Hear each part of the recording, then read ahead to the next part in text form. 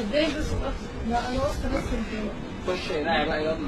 حاضر بيه. هنبص مش هنقلعها وبعدين نص الدنيا. ايوه ايوه ما هو بس عشان السيشن. يلا بينا. ما شاء الله. انا ورايا مستشفى. تعالي يا مدام لو عايزه تبص على المنظر ده. لا ولا انت كده عارفه خلاص هو يعجبك. لا على المكتب. على المكتب. يا بنت ان شاء الله طبعا عشان كده منها كده الاداء ده. الاداء ده عادي جدا عادي جدا. لا طب ارجعي ورا كده. روحي ورا كده عشان ماما تشوف الصوره من هنا. لحظه اللي في وشك بقى.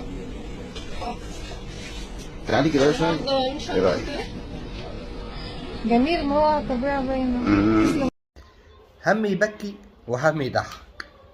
المشكلة هنا كلها في الموضوع بقى، يعني انا مش مشكلة عند العريس، ما علينا، ممكن يكون راجل كاتب كتابه والامور عادية، بس المشكلة عندي هنا الراجل صاحب المكان.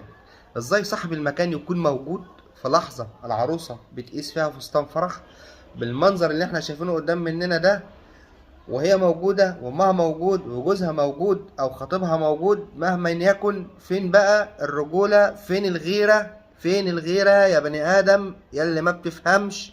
فين الغيرة على خطيبتك او اللي هتبقى مراتك؟ يعني ده انت لو اختك مش هتقبل كده انها تبقى قدام حد، لو امك مش هتقبل كده انها تبقى قدام حد، لو حد من قرايبك، انما انت انسان ما عندكش دم عشان تخلي يعني خطيبتك اللي هتبقى مراتك في يوم من الايام وام عيالك وتجيبها وتخليها مهزقه قدام اللي يسوى واللي ما يسواش بالمنظر ده، والناس تقعد يعني الكل اللي يشوفها يتريق عليها، وهي شكلها اساسا يعني غلبانه ما هيش عارفه اي حاجه وفرحانه ومبسوطه.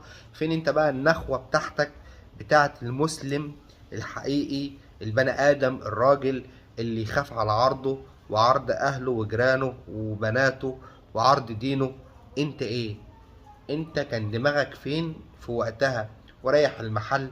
يا جماعه المفروض محل زي ده وفي معلش مقاسات وكلام من ده اللي تكون موجوده فيه واحده، مش يكون فيه موجود واحد.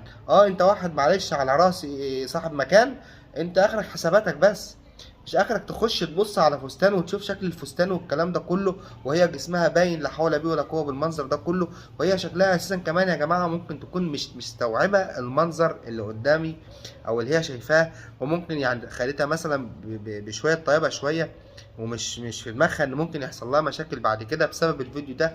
واللي اشك ان اللي نشر الفيديو ده كمان هو يكون خطيبها اساسا، ده اللي انا ما اقدرش اقول عليه ان هو واحد معدوم الرجوله وراجل ما يعرفش حاجه عن الادب وعن الاحترام، لان هو ممكن يكون هو اللي نشره. اصل كده الفيديو ده جه منين؟ الفيديو ده منشور على جميع مواقع السوشيال ميديا، على انستا وعلى كواي وعلى تيك توك وعلى الفيسبوك وجميع المواقع بحالها تما. انا لما جبت الفيديو وطلعت اتكلمت عليه، اتكلمت عشان خاطر ده يا جماعه ما ينفعش، ده اسلوب غير محترم عن الشخص اللي موجود وبيصور الفيديو. والله انا كشخصي لو هي لسه على ذمته ماشي يكون في كلام تاني، لو هي مش على ذمته هو نشر الفيديو ده لها، والله هاشتاج لوزارة الداخلية، لان الراجل ده لازم يتحاسب حساب قوي. حسبي الله ونعم الوكيل في اللي ما يخافش على عرضه واللي ما يخافش على عرض دينه وعلى عرض جيرانه. حسبي الله ونعم الوكيل في كل حد يفكر انه يضر حد. واتمنى لو وصلت معاكم الفيديو لحد هنا ما تنساش تصلوا على النبي محمد صلى الله عليه وسلم في التعليقات، وان شاء الله انتظرونا في فيديو جديد، وكل سنه وانتم طيبين.